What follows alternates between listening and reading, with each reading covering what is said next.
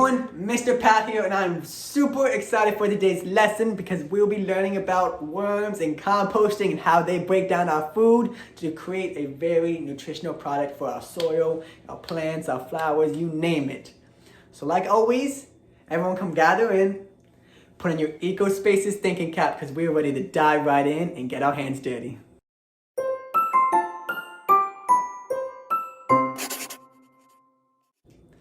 So this activity will explore decomposition and composting while also showing everyone how to make their own vermiculture system, or worm bin for short. So let's get right into it. So when you're home, what type of things do you tend to throw away? Are you throwing away cans, glass jars, plastic bottles, anything? Let me know right now, yell as loud as you can. Come on, come on, come on. All right, I'm hearing some wood too. More plastic, clothes, that was a good one. Perfect, I heard so many great answers. Now some of the trash that we do throw out can be recycled, like these cans, plastic, cardboard, wood, but some things cannot, like our food waste. But what happens to dead animals, leaves, even apples that fallen off the tree in nature? Do they just pile up year after year? Of course not.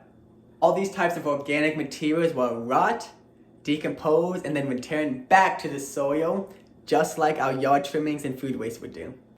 In order for decomposition to happen, we need things such as decomposers to break down all that food.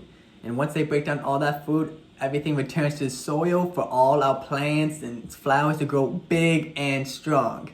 We like to call this turning trash into garden treasure. And these decomposers are basically like nature's little recycling centers. Now with our worm bin, we're going to be able to create our very own little ecosystem for our worms to thrive and live in. Now with traditional composting, that's essentially a system of turning our organic waste like leaves or food into a soil membrane that's going to make our plants grow big and strong. Now with vermicomposting, or our worm bin, we're basically just adding worms into the mix. And these worms are going to break down all our food really, really quickly. And in the end, they're going to provide this enriching source of nutrients for our plants. And we call it worm castings or vermicompost, but essentially those are just fancy words for worm poop. So now let's take a deeper dive into the anatomy of a worm with this little poster right here. So we'll start from the top where the head is. So obviously this is where all the food comes in, and once it goes through the esophagus, it'll pass through the 5 hearts. Yes, 5 hearts in that little body. But after the food passes through the esophagus, it's going to end up in the crop, as you see right there after the hearts. Now this is where the food is temporarily stored. And then after, all that food is going to travel to the gizzard. Now this is where the fun comes in, because the gizzard breaks everything down. It's almost like a garbage disposal in your sink, and it's going to make everything super, super small and ground up. And after that, it's going to travel into the intestines. Now this is where all that food is going to be absorbed and digested into the bloodstream of the worm. Then after, just like humans, it's going to come out as worm poop. Like I mentioned before, this is going to be a super beneficial nutrient for our plants to grow big and strong. And now it's time to get out of this kitchen and go upstairs because I'm going to show everyone my own worm bin. And yes, it is inside. It's upstairs in a closet. So I just want to show and reiterate everyone that vermicomposting in our worm bins can be done all year long, inside and outside, as long as you have the conditions right. So here we are. And there's my worm bin with my little drawings on it. So here's another look at the worm bin I have, and I got creative with the design on top, and everyone could be as creative as they want. But as you can see, there are holes all over the bin. This helps them to breathe, but another fun fact is that worms actually breathe through their skin. So it's very important that you have a nice, somewhat moist environment. They describe it as, you want it as moist as a wrung out sponge. So imagine a sponge and you just wring out all the water. That's exactly how you want it to feel. So here is another look. I like to have this on top to keep all the moisture in. It's just a piece of newspaper that everyone should have. And you open it up and you see all those little bits of green. That used to be a whole collar leaf, but they were really breaking it down. Worms eat about half their body weight in a day or even more. So I have about 250 worms in this bin, so they go through a lot of food in a very little time. Another important thing to remember if you're ever going to make your worm bin is the conditions that they like to live in. So this bin, they like to be around 55 to 70 degrees like Fahrenheit. So they don't like it too hot and they don't like it too cold. It'll stunt their growth and it'll prohibit them from working hard and breaking down all that food. So that's why I keep it in my closet away from any vents or windows or anything like that to make sure I'm giving my worms the best possible conditions to thrive. So now let's talk about what do they even eat. So in nature, worms will usually eat dead leaves, grass clippings, even dirt. But in our worm bins, they're gonna have a completely different diet. So what I feed my worms and what they really like is fruit and vegetable scraps. You don't have to buy anything for them. They usually just like to eat the scraps you leave over. Like when you're cutting a carrot and you shave it off, you can use those scraps and put it in here. They love all that stuff. They also love cleaned out eggshells.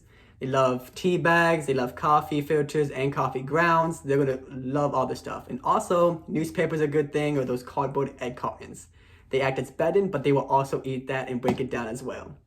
Now, what not to feed your worms. So we do not want to feed them any meat or dairy products. They will not be able to break it down as quick or at all really, and they don't like it to begin with. Also, it's going to bring a lot of bad smell to your worm bin and it might attract vermin or insects, and we do not want that, especially if it's in my closet. We also don't want to feed them very acidic or citrusy fruits like lemons, limes, or even pineapples. That's going to really mess up the environment for them, so we want to stay away from those. At some point in your little journey, after a few months or many months, your worm bin is going to be ready to harvest all that worm poop for your soil and your plants. But how do you go about separating your worms and getting all that out for your plants? Well, I'll show you 3 different ways. So one of the ways is to use food, because obviously our worms like to eat. So say I want to harvest, I would probably put food on one side, wait a little bit for all the worms to migrate over to that side, and then collect from the side that they're not in. Now that's one method. Another method is by using light. Now they do not like light or heat, and they will burrow down if there's light. So if I had a lamp right on top shining, they would just move down deeper into the worm bin.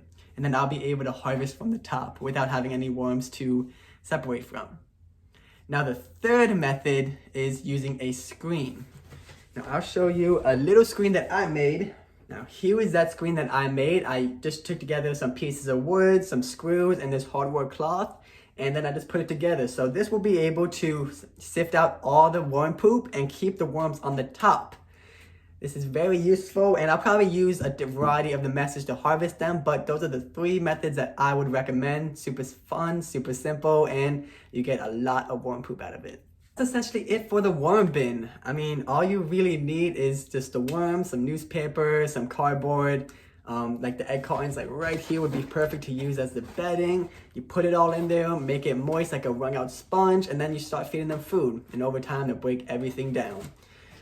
Now, it's really important to maintain your bin and have the perfect environment for your worms. So I'll go over a few tips to help you if there's any issues that arise. If your bin happens to get a little smelly, you're probably feeding it too much food and they're not breaking down all that food as quick as you'd want them to be. So I would recommend just feeding them less, and then at some point you'll get a sense of how much your worms eat, and you really just be stuck to a schedule at that point. Next is, what if your bin is too dry? You know you don't want your bins to be too dry because your worms will shrivel up and die, unfortunately. They need a nice, somewhat moist environment. So if your bin is too dry, I recommend adding some wet pieces of newspaper that's, wrung out, obviously, not sopping wet, or add food that has high water content. Like cucumbers has a lot of water in there, and that would help balance everything out. But what if your bin is too wet? We also don't want them drowning, obviously. So if your bin is too wet, add in dry newspaper. Don't have to wet it or anything. That's going to absorb all that moisture, and it's going to help balance it out once again. And one last one is, say you see some fruit flies flying around your bin. That's mostly because they're trying to get to that food. One way to stop this is by burying your food. So when you get your bin, I would just dig a little hole, like right there. And in that hole, stick in your food and then cover it back up. Put the newspaper back over and then put the top back on and seal it tight. I've never had a problem with fruit flies doing this, so definitely recommend that if you ever happen to have any fruit flies bothering you. I hope everyone liked seeing my worm bin today. I had so much fun, and also I love doing this because not only do I basically have pets that I'm not allergic to, but I'm also really helping out the earth. About 25% of our household organic waste can be composted. Worms can break this down and create that worm poop for our soil, our garden, our plants, and they're gonna grow huge and nutritious and strong. So that's why I love doing this, and hopefully all of y'all will eventually make your own worm bin when you want to. But thank you again for coming out to today's lesson, and I'll see everyone next week. Bye.